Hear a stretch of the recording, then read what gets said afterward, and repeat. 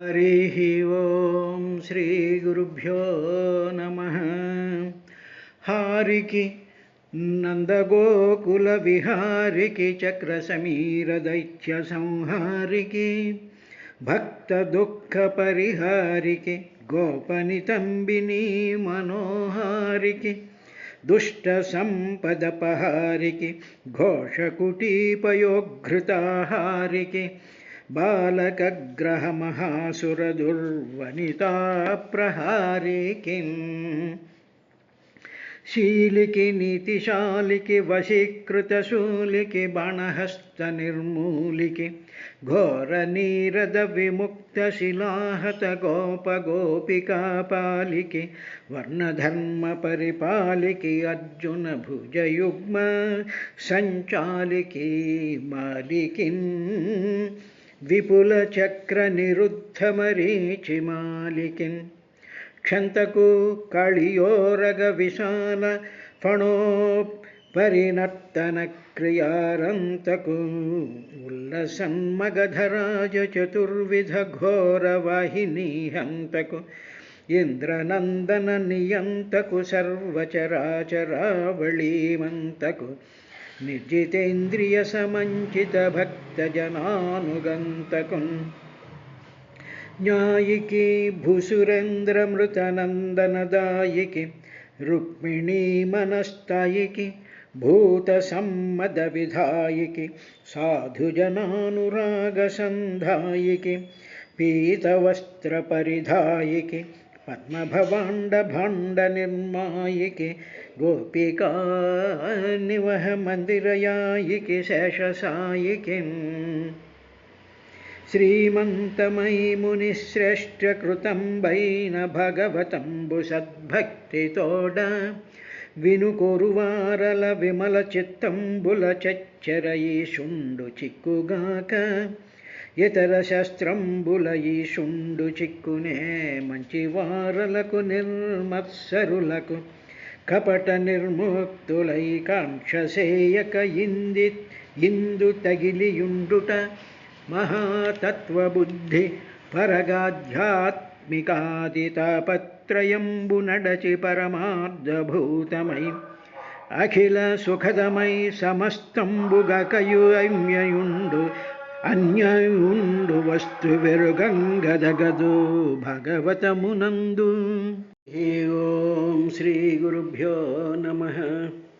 ప్రాచీన బర్హి మహారాజుకి నారద మహర్షి పురంజనుడు యొక్క వృత్తాంతాన్ని తెలియజేస్తూ, ఓ ప్రజాపతి, ఆ పురంజనుడికేమో 111 మంది కొడుకులు పుట్టారయ్యా, 110 మంది కుమార్తెలు కలిగారు. సరే, వాళ్ళందరికీ కూడా శుభ్రంగా ఆయన వివాహాలు చేశాడు. వివాహాలు చేసిన తరువాత వాళ్ళందరూ కూడా ఆ పంచాల దేశంలో వాళ్ళు తామర తుంపర్లుగా వాళ్ళ యొక్క సంతానాన్ని వృద్ధిపరుస్తూ సృష్టి యొక్క కార్యక్రమానికి అనుగుణమైనటువంటి పద్ధతుల్లో వాళ్ళు ప్రవర్తించడం ప్రారంభించారయ్యా అనేటువంటి విశేషాన్ని చెప్తూ, పుత్రాణం చాభవన్ పుత్ర ఏకైకస్య శతం యైర్వై పౌరంజనో వంశః పంచాలేషు సమేధితః.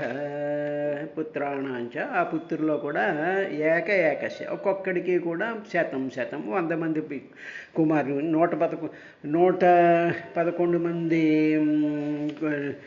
కుమార్తె కొడుకులు ఉన్నారు కదా, ఆ కొడుకులకి మళ్ళీ ఒక్కొక్క కొడుక్కి మళ్ళీ 100 మంది, ఇలాగా పుత్రాహ అభవన్ కలిగారయ్యా వాళ్ళు. అలాగే తర్వాత వాళ్ళు ఈ పంచాల దేశంలో ఆ పురంజనుడి యొక్క వంశాన్ని వాళ్ళు వర్ధిల్ల చేయడం ప్రారంభించారు. సమేధిత, బాగా వర్ధిల్ల చేయడం ప్రారంభించారు. అంటే ఏమిటనమాట, పురంజనుడికి కొడుకులు ఒక్కొక్క కొడుక్కి మళ్ళీ 100 మంది కొడుకులు. ఇలాగా పంచాల దేశంలో ఈ విధంగా వాళ్ళ యొక్క పురంజనుడి యొక్క వంశం పెరగడం ప్రారంభించింది. ఈ విధంగా వాళ్ళు వంశాన్ని వర్ధిల్ల చేశారయ్యా. తరువాత ఇంకా అప్పుడు ఏం జరిగింది అనేటువంటి విషయాన్ని చెప్తూ, తేషు తద్రిగ్ధ హారేషు గృహకోశానుజీవిషు నిరూఢేన మమత్వేన విషయేష్వన్వబధ్యత.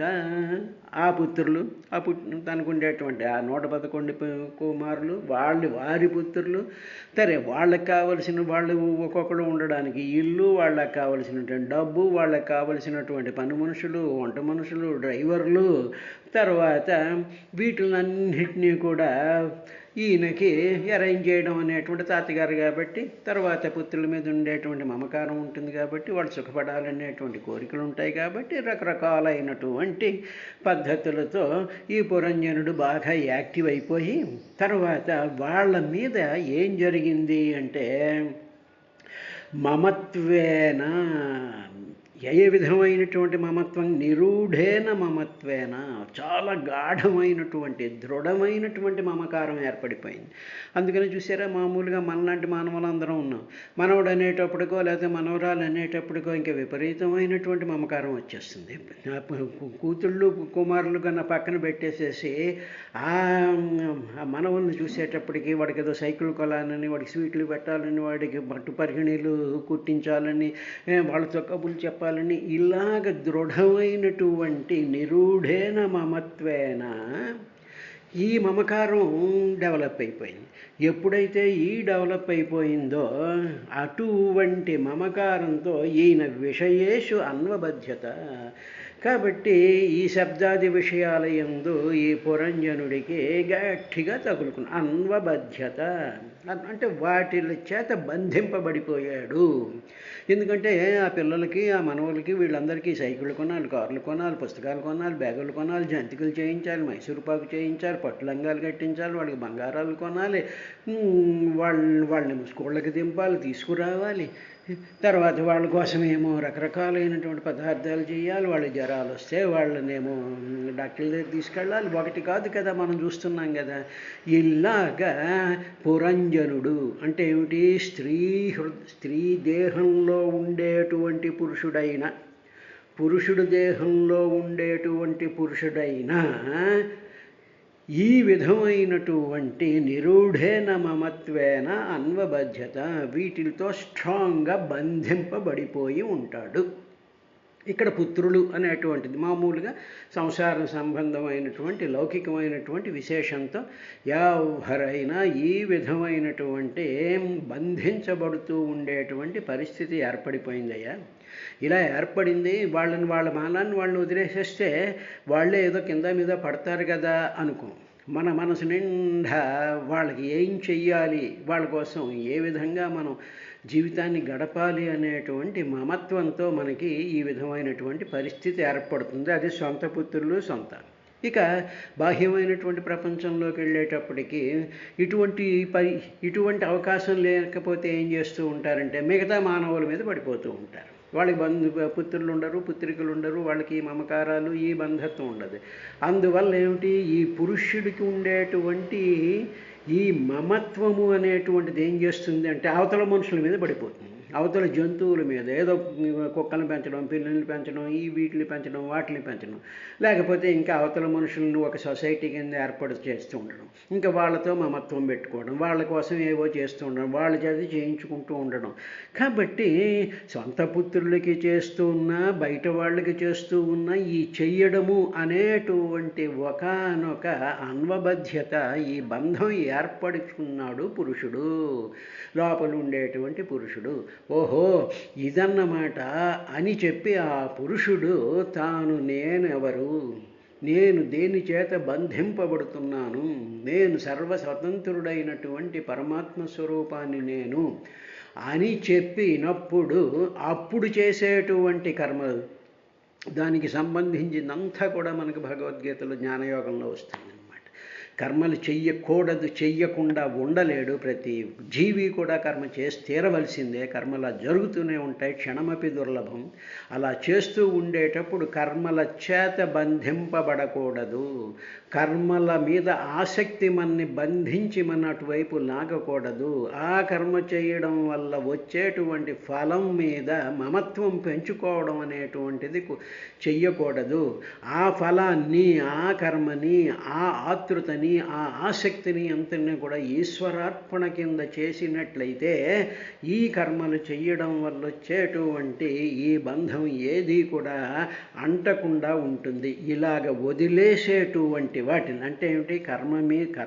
కర్మ మీద ఆసక్తి నుంచి ఫలం మీద ఆసక్తి, ఫలంతో సంగత్వం, ఈ కర్మలో పాల్గొనేటువంటి మిగతా సభ్యులతో ఉండేటువంటి మానసికమైనటువంటి సంతృప్తులు, సుఖాలు, దుఃఖాలు, వీటిలన్నిటినీ కూడా ఎవరైతే సన్యసిస్తారో, ఎవరైతే వాటినన్నిటినీ వదిలి పెడతారో అప్పుడు అటువంటి ప్రక్రియని కర్మ సన్యాసము అంటారు. ఇక సన్యాసం అంటే మేము వదిలేసామండి, మాకేమీ వాళ్ళతో బంధాలు ఏం లేవండి, ఇవన్నీ లేవండి అనుకున్నా సరే మనసు అనేటువంటి దాంట్లో ఇవన్నీ కూడా పట్టుకుని ఉంటాయి. కాబట్టి కర్మ సన్యాసం కాదు, కర్మ సన్యాస యోగం కింద చేయాలి, కర్మయోగం కింద చేయాలి.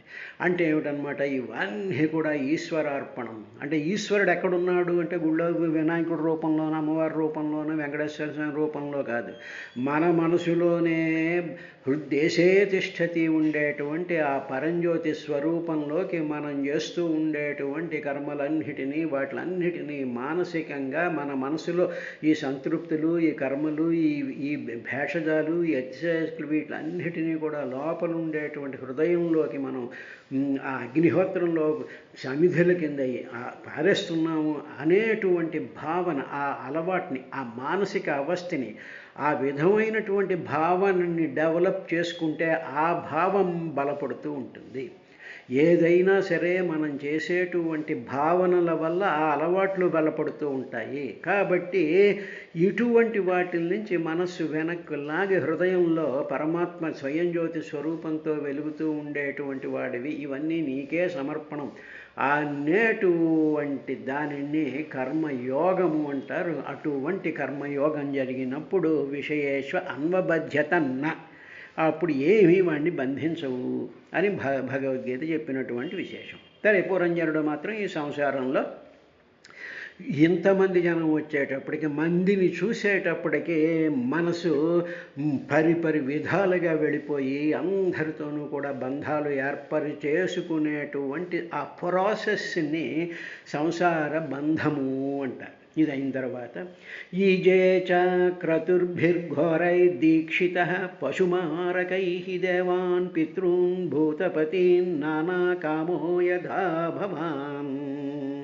నానాకామ, అనేక రకాలైనటువంటి కోరికలు. ఒక కోరికతో సంతృప్తి చెందడం, ఎందుకంటే ఇంతమంది సంతానం పెరిగిపోయింది, ఇంతమంది ఫ్రెండ్స్ వచ్చేసారు, ఇంతమంది చుట్టూ చేరేటువంటి వాళ్ళు వచ్చేసారు. కాబట్టి అప్పుడు ఏమవుతుంది? వాళ్ళని సంతృప్తి పరచడం కోసం నానాకామ, అనేక రకాలైనటువంటి కామాలు, కోరికలను పెట్టుకుంటూ ఉంటారు. ఇవాళ ఇది చేయాలి, రేపు అది చేయాలి, ఈ మనవడికి ఇది చేయాలి, వాడికి డ్రెస్ కొనాలి, వీడికి పుస్తకాలు కొనాలి, వీడికి సైకిల్ కొనాలి, వీడికేమో జంతికలు చేయాలి, వీడికి దీనికేమో లంగా పరికిణీలు కుట్టించాలి, దీనికేమో బంగారం దాచాలి. అదేవిధంగా వీళ్ళు వచ్చేటప్పటికి వీళ్ళకేమో ఈ మన చుట్టూ ఉండేటువంటి ఫ్రెండ్స్కి వీళ్ళకి ఉప్మా ఇష్టం, వీళ్ళకి పొంగల్ ఇష్టం, వీళ్ళకి ఇది ఇష్టం, వాళ్ళకి ఇది ఇష్టం అని చెప్పేసేసి ఈ విధమైనటువంటి నానాకామ, ఇటువంటి దాంట్లో ఈ పురుషుడు పడిపోతాడు. ఈ పురుషుడు ఎవడు అంటే ఒక్కడనే కాదు, అక్కడక్కడ అందులో పాల్గొనేటువంటి ప్రతి మానవుడు, ప్రతి మనిషి, అది ఆడైనా మగైనా, వాళ్ళ మనసులో ఉండేటువంటి ఒకళ్ళనొకళ్ళు సంతృప్తి పరుచుకోవడానికి, ఒకళ్ళనొకళ్ళ మీద శ్రద్ధాభక్తి చూపించడం కోసం ఈ విధమైనటువంటి అల్లికను సంసారము అంటారు. అటువంటి వీడు ఏం చేశాడంటే పురంజనుడు ప్రాచీన బర్హిది అనేక కామాలతో ఉన్నాడుగా, ఎందుకంటే సంతానం అంతలా పెరిగిపోయిందిగా, వందల వేల మంది అయిపోయారుగా పంచాల దేశంలో. అటువంటప్పుడు వీళ్ళని సంతృప్తి పరచడం కోసం, వీళ్ళ కోరికలను తీర్చడం కోసమని ఏం చేశాడంటే దీక్షిత క్రతుభిర్ఘోరై పశుమారకై, వెంటనే దీక్షలు చేపట్టి పశు సంహారం చేసేటువంటి క్రతువులని చేయడం ప్రారంభించాడు. చేసేటప్పటికి ఏమైపోతుంది, అవి కూడా హింసతో కూడినటువంటి, అంటే కొన్ని హింసలు అవి చేస్తూ ఉంటారు. ఇటువంటి హింసలతో కూడుకున్నటువంటివి ఏమిటి అనేటువంటి విషయాన్ని చెప్తూ దేవతలు, పితృదేవతలు, భైరవుడు మొదలైన భూతనాయకుల కోసం చేసేటువంటి వాటిని చేస్తూ ఉంటారు. అందువల్ల కాలభైరవుడు కానివ్వండి, దత్తాత్రేయుడు కానివ్వండి, లేకపోతే పంచముఖాంజనేయ స్వరూపాలు కానివ్వండి, ఇవన్నీ కూడా ఉపాసనా దేవతలు అంటారు. అవి ఆరాధనా దేవతలు కావు, అవి ఉపాసనా దేవతలు అంటారు. దానికి ఒక పెక్యులియర్గా ఒక పర్టిక్యులరు, అందుకని ఏమిటన్నాడు, దీక్షిత, దీక్ష వహించాలి వాటికి. దానికి దీక్ష కలిగినటువంటి వాళ్ళు మాత్రమే ఇటువంటివి చెప్తారు. కాబట్టి దేవాన్, పితృన్, భూతపతీన్, భూతపతీన్ అంటే భైరవుడు అని అర్థం.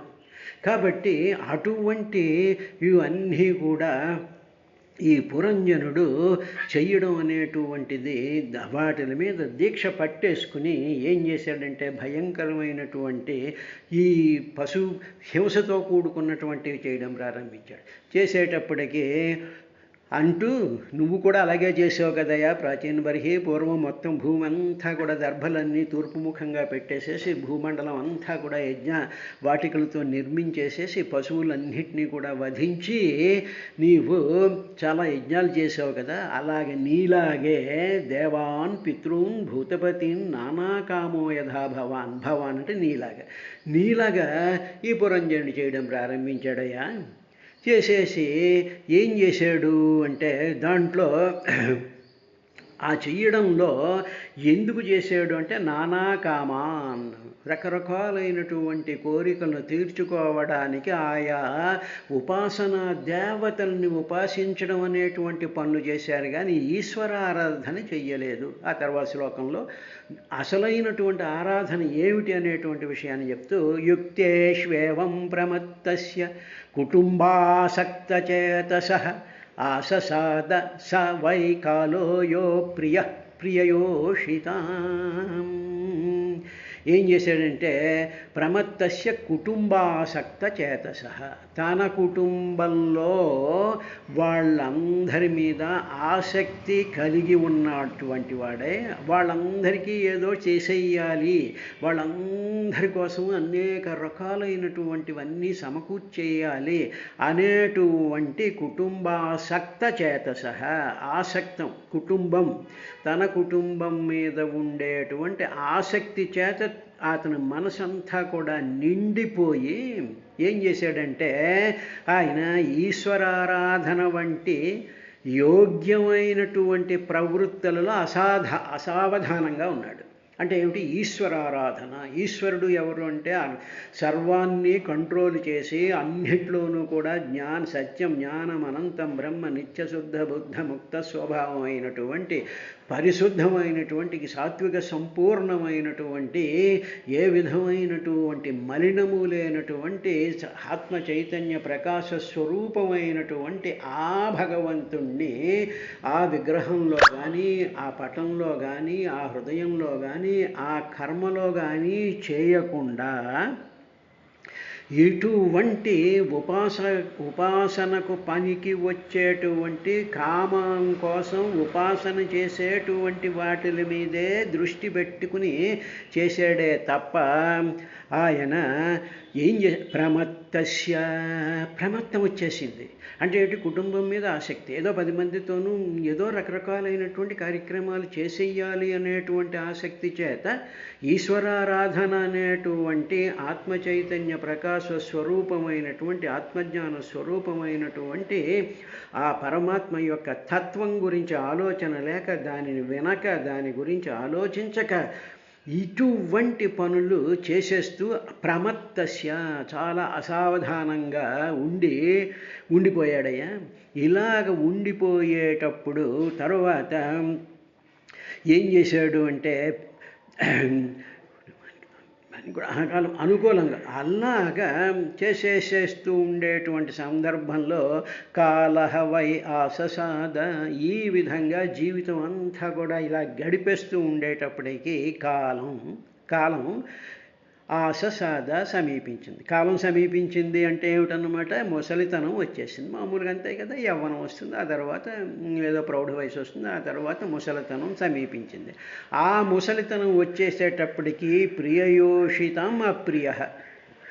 అప్పుడు ఏమవుతుందంటే నా మగుడు ముసలాడైపోయాడు, లేకపోతే నా పెళ్ళం ముసలిదైపోయింది అనేటువంటి అప్రియమైనటువంటి స్థితిలోకి వెళ్ళిపోయాడు. పాపం ఎంతవరకు కూడా పెళ్ళానికి, పిల్లలకి, పుత్రులకి, చుట్టూ ఉండేటువంటి వాళ్ళందరికీ ఏదో మేము పొడి చేస్తున్నాం, మేము చేసేస్తున్నాం మేము అని చెప్పేసేసి పితృదేవతలు, మామూలు దేవతలు, భైరవాది దేవతలు వీటి కోసం పనులు చేస్తూ చెయ్యవలసినటువంటి పరమాత్మ స్వరూపమైనటువంటి శ్రీరాముడు కానివ్వండి, శ్రీకృష్ణుడు కానివ్వండి, అంటే అటు రామాయణం కానివ్వండి, ఇటు భాగవతం కానివ్వండి, వీటిల్లో ఉండేటువంటి పరమాద్భుతమైనటువంటి ఆ చైతన్య ప్రకాశ స్వరూపం యొక్క ఆరాధన, దాని మననము, దాని శ్రవణము అవన్నీ మానేసేసి ఇటువంటి పనులలో నిండిపోయి వాటిలతోనే కాలం గడిపేస్తూ ఉండేటువంటి సందర్భంలో కుటుంబాసక్త చేత సహా కాలం అససాద వచ్చేసింది. ప్రియయోషిత తర్వాత ప్రియమైనటువంటి భార్య గలవారికి, అంటే ఏమిటి? యోషి అంటే యోషితం, యోషి అంటే స్త్రీ అని అర్థం. చాలా ప్రియమైనటువంటి స్త్రీలకి అప్రియ, ప్రియం కానటువంటి ఆ ముసలితనం కూడా వచ్చేసింది. ఇలాగ వచ్చేసేటువంటి ఆ కాలం అటు భార్యకు కానీ, ఇటు వీటికి కానీ, తర్వాత ఆ సంతానానికి కూడా అది అప్రియమే కదా. మా తాత ముసలాడైపోయాడు, ఇంకేం చేయలేడు, అందుకని ఆ వీడిని పక్కన బారేసేసి మనం ఏదో చేస్తాం, అప్రియం అయిపోతుంది అన్నమాట. ఆ కాలం వీడి శరీరంలోకి వచ్చేసేటప్పటికి ఇంతవరకు వీడు తాను శరీరమే అనుకుంటూ ఉన్నాడు, తాను తన బుద్ధే తన మనసే అనుకుంటూ ఉన్నాడు. అటువంటి అనుకున్నటువంటి వాడికి అప్రియమైనటువంటి కాలం వచ్చేసిన తర్వాత అప్పుడు ఏం జరిగింది అంటే, చండవేగ ఇతి ఖ్యాతో గంధర్వాధిపతి నృప గంధర్వాస్తప్స్య బలినష్టశ్చుత్తర శతత్రయం. ఓ మహారాజా, ఓ ప్రాచీన బర్హి, చండవేగుడు అని చాలా కీర్తి పొందినటువంటి గంధర్వ నాయకుడు ఉన్నాడయ్యా. వాడు దగ్గర, ఆ గంధర్వుడి దగ్గర మంచి బలం కలిగినటువంటి వాళ్ళు గంధర్వులు 365 మంది ఉన్నారు. సడన్గా చూడండి ఆ కాన్సెప్ట్ ఎలా మార్చుతున్నాను. కాలం ప్రవేశించింది అన్నాడుగా, ఆ కాలం యొక్క పరిస్థితి వచ్చేసిందిగా. ఇప్పుడు చండవేగుడు అంటే చాలా ప్రచండమైనటువంటి వేగం కలిగినటువంటి వాడు గంధర్వుడు వచ్చాడు. ఆ గంధర్వ నాయకుడు వచ్చాడయా. ఆ నాయకుడికి బలిన గంధర్వాహ, చాలా బలశాలులైనటువంటి గంధర్వులు 60 ఉత్తర శతత్రయం, 60 ఉత్తర శతత్రయం, త్రయం అంటే 3, శత అంటే 100, 60 ఉత్తర అంటే 365 మంది, 60 మంది, 60 అంటే 60 మంది, 360 మంది బలిష్ఠులైనటువంటి గంధర్వులకి నాయకుడైనటువంటి చండవేగుడు అని కీర్తి పొందినటువంటి ఒక గంధర్వుడు ఉన్నాడు. వాడు, ఆ గంధర్వుడు ఏం చేశాడు అంటే, ఆ గంధర్వుడికి గంధర్వ్యస్తాదృశీరస్య మైథున్యస్య సితాసితా పరివృత్య విలుంపంతి సర్వకామ వినిర్మితా అని, ఆ గంధర్వుడికి అంతే సంఖ్యలో బలవంతులైనటువంటి గంధర్వ స్త్రీలు కూడా ఉన్నారు. 360 మంది ఉన్నారుగా, 360 మంది గంధర్వులు ఉన్నారు. ఆ గంధర్వులకి మరి ఆ గంధర్వులు ఉన్నప్పుడు వాళ్ళకి భార్యలు ఉంటారుగా. సో 360 మంది భార్యలు ఉన్నారు. వాళ్ళు నలుపు తెరుపు కలిగినటువంటి వాళ్ళు ఆ గంధర్వులతో జతకట్టుంటారు. అంటే ఏమిటనమాట, భార్య నల్లగా ఉంటే భర్త తెల్లగా ఉంటాడు, అదే భార్య నల్లగా ఉంటే భర్త తెల్లగా ఉంటాడు. తెలుపు నలుపు రంగుల గంధర్వుల జాతి అదంతా వాళ్ళు జత కడతారన్నమాట. అంటే ఏమిటి, తెల్లగా ఉండేటువంటి గంధర్వుడు నల్లగా ఉండేటువంటి ఆ గంధర్వ స్త్రీతో జత కడతాడు.